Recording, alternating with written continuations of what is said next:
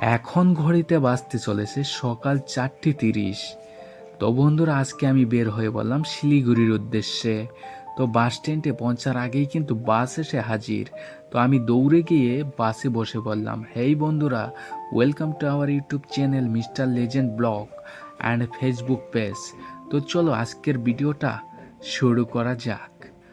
তো বন্ধুরা, আমি শিলিগুড়ির উদ্দেশ্যে বের হয়ে বললাম, কারণ কালকে আমার ভাইয়ের এক্সাম।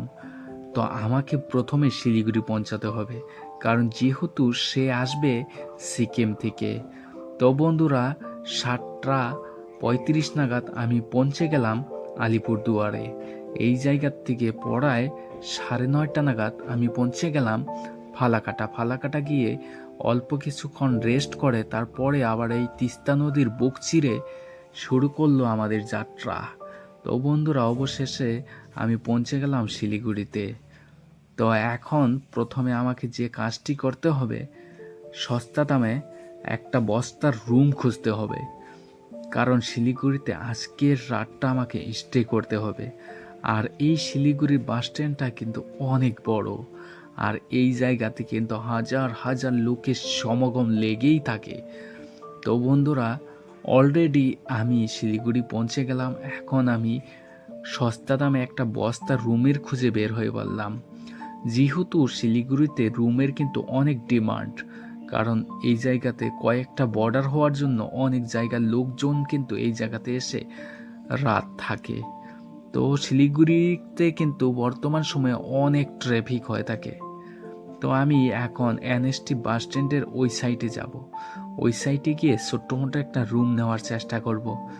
তো বন্ধুরা, ফাইনালি একটা ছোটো মোটো রুমের খোঁজ পেয়ে গেলাম। এখন আমি ওই হোটেলের দিকেই কিন্তু এগোচ্ছি।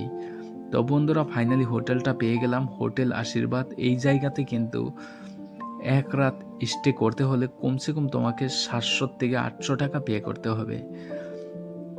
তো বন্ধুরা, অবশেষে আমি রুম নিয়ে নিলাম। এখন রুমে চলে যাব। যদিও এতটা কস্টলি নয় এই রুমগুলো, আপনারা অনেক কম রেটের ভিতরেই এইসব রুম পেয়ে যাবেন।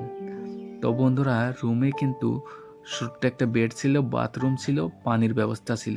তো বন্ধুরা, এদিকে এখন 11:30 বাজতে চলেছে। আমার ভাই সিকিম থেকে পৌঁছে গেল, আর আমি আমার ভাইকে নেওয়ার জন্য এগিয়ে যাচ্ছিলাম। তো ফাইনালি ভাইয়ের সাথে দেখা হয়ে গেল। তো এবার আমরা রুমে গিয়ে কিছুক্ষণ রেস্ট করব। যেহেতু আমিও 3-4 ঘন্টা ট্রাভেল করে শিলিগুড়ি গিয়ে পৌঁছেছিলাম, আমার ভাইও 3-4 ঘন্টা ট্রাভেল করে এসেছিল। আমরা অনেকটা নার্ভাস ফিল হয়েছিল। এখন প্রায় 5:30 বাজতে চলেছে। এখন আমরা কিছু খাওয়ার জন্য বের হয়ে বললাম। তো বন্ধুরা, প্রথমেই আমরা চলে আসলাম নেপালি মোমো খেতে। ও বন্ধুরা, এই মোমোটা দেখে অনেকটাই ভালো লাগছে। আর এই মোমোটা খেতে যা ছিল একবারে অসাধারণ। অন্য কোনো মোমোর সাথে এর কিন্তু তুলনা হয় না, একবারে সফট। তো বন্ধুরা, মোটে আমি বলতে চাই আমার জীবনের সর্বশ্রেষ্ঠ মোমো এটাই ছিল। আর এই স্যুপটার কথা তো আরও বন্ধুরা বলাই যাবে না, দুর্দান্ত ছিল। তো এই জায়গাতে কিন্তু অনেকটাই ভালো লেগেছিল আমার মোমো খেয়ে, আর অনেকটাই স্যাটিসফাইড ফিল হচ্ছিল। তো এখন আমরা চলে যাব বিরিয়ানি খেতে। একজন দাদা আমাদেরকে বলল এই জায়গাতে নাকি একটা নাম করা বিরিয়ানি পাওয়া যায়, হাজি বিরিয়ানি। তো বন্ধুরা, ফাইনালি আমরা হাজি বিরিয়ানির দোকানে এসে পৌঁছে গেলাম। বিরিয়ানি কিন্তু শেষ হয়ে গেছে, এখন নিয়ে আসবে। তো ফাইনালি নতুন একটা হান্ডি নিয়ে আসলো বিরিয়ানির, দেখতে পারছো তোমরা। ওহো, অসাধারণ বিরিয়ানি। এই বিরিয়ানিটার কথা কিন্তু আমি আগেও অনেক লোকের কাছে শুনেছিলাম, হাজি বিরিয়ানি নাকি অনেকটাই ফেমাস বিরিয়ানি। এই বিরিয়ানিটা নাকি খেতে অনেকটাই টেস্ট, কখনো কিন্তু আমার খাওয়া হয়নি। তো আজকে জীবনে প্রথমবার হাজি বিরিয়ানির টেস্ট করতে চলেছি। তো চলো তোমাদেরকেও দেখাবো এবং তোমাদের সাথেও শেয়ার করব এটা খেয়ে কীরকম খেতে ছিল। তো এই জায়গাতে দেখেই কিন্তু আমার অনেকটাই ভালো লাগছিল। আর ফ্লেভারটা বন্ধুরা কি বলবো, অসাধারণ ফ্লেভার। অনেক লোকে কিন্তু এই জায়গা থেকে কুরিয়ার করেও নিয়ে যাচ্ছে। আর আমি কিন্তু অলরেডি আমাদের 2 প্লেট বিরিয়ানি অর্ডার দিয়েছিলাম, শুধুমাত্র 100 টাকা প্লেট কিন্তু বিরিয়ানি। তো বন্ধুরা চলো ভিতরের দিকে গিয়ে একটু বসি, আমার ভাই সামনে গিয়েছে। তো বসলাম, বসার পরে কমসে কম 4 থেকে 5 মিনিট পর ফাইনালি আমাদের বিরিয়ানি এসে পৌঁছে গেল। দেখো বন্ধুরা কত বড় একটা লেগ পিস পেয়েছি। এই লেগ পিসগুলো যদিও লোকাল মুরগির নয়, এইসব পোলট্রি মুরগি হয়। তো বন্ধুরা চলো এবার বিরিয়ানি খাওয়া যাক। ওহো, এই বিরিয়ানিটা বন্ধুরা অসাধারণ ছিল, কারণ এই বিরিয়ানির ফ্লেভারটা এতটাই সুন্দর ছিল যা আমি বলে শেষ করতে পারবো না। আর শিলিগুড়িতে এদিকে বৃষ্টি হচ্ছিল। তো বিরিয়ানি খাওয়ার পর কিন্তু এবার আমি ফটাফট রুমের দিকে যাচ্ছিলাম। অতিরিক্ত মাত্রায় বৃষ্টি নেমেছিল, আমি একটু ভিজে গেছিলাম। তো বন্ধুরা এখন দ্বিতীয় দিন। তো আমার ভাইকে নিয়ে যাচ্ছি আমি পরীক্ষা হলে পরীক্ষা দেওয়ার জন্য। তো বন্ধুরা এই জায়গা থেকে আমাকে প্রথমেই দার্জিলিং মোড় যেতে হবে, তারপরে সেই জায়গা থেকে কিন্তু আমাকে সুরেন্দ্র কলেজের দিকে রওনা হতে হবে।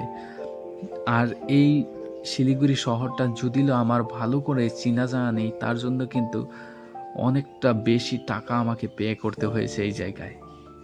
তো তোমরা যখনই আসবে একটু চেনা জানা থাকলে কিন্তু অনেকটাই ভালো হয়, না হলে কিন্তু কেউ তোমাকে ঠকাবে না ঠিকই, কিন্তু অনেকটা টাকা বেশি নিয়ে দিবে। যেই জায়গাতে 20 টাকা নেওয়ার কথা ছিল সেই জায়গাতে কিন্তু 50 টাকা তারা নিয়ে নিছে। তো এখন কিন্তু ভাইকে এক্সামে বসিয়ে দিলাম Surendra institute of engineering and management. এই কলেজের সাথে কিন্তু আরও অসংখ্য কলেজও রয়েছে। একটু চা খাওয়ার উদ্দেশ্যে অন্য এক সাইটে যাচ্ছিলাম।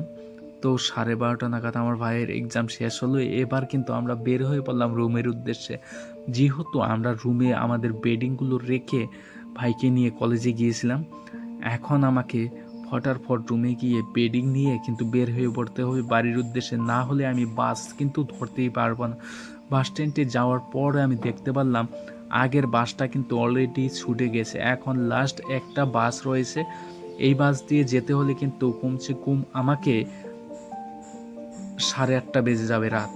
তো বাসে উঠে বসে বললাম আমি আর আমার ভাই। তো বাসটা কিছুক্ষণের মধ্যেই কিন্তু ছেড়ে দিল। আর সামনের দিকে আমাদের ড্রাইভারটা, দেখতেই পারছো ড্রাইভার সবসময় কিন্তু একবারে ঝাক্কাস হয়ে থাকে। সামনের রাস্তাগুলো দেখতে পারছো, অসাধারণ রাস্তা। তো বন্ধুরা ফাইনালি আমরা 5:30টার দিকে কিন্তু পৌঁছেছিলাম তোমার ফালাকাটাতে। আর ফালাকাটা থেকেও কিন্তু আমাদের বাড়ি আসতে হলে কমসে কম তোমার আরও 2.5 ঘন্টা লেগে যাবে। তো বন্ধুরা আজকের ভিডিও এতটুকুই, দেখা হচ্ছে পরবর্তী কোনো এক ভিডিওতে। ততক্ষণ সবাই ভালো থাকবে, সুস্থ থাকবে।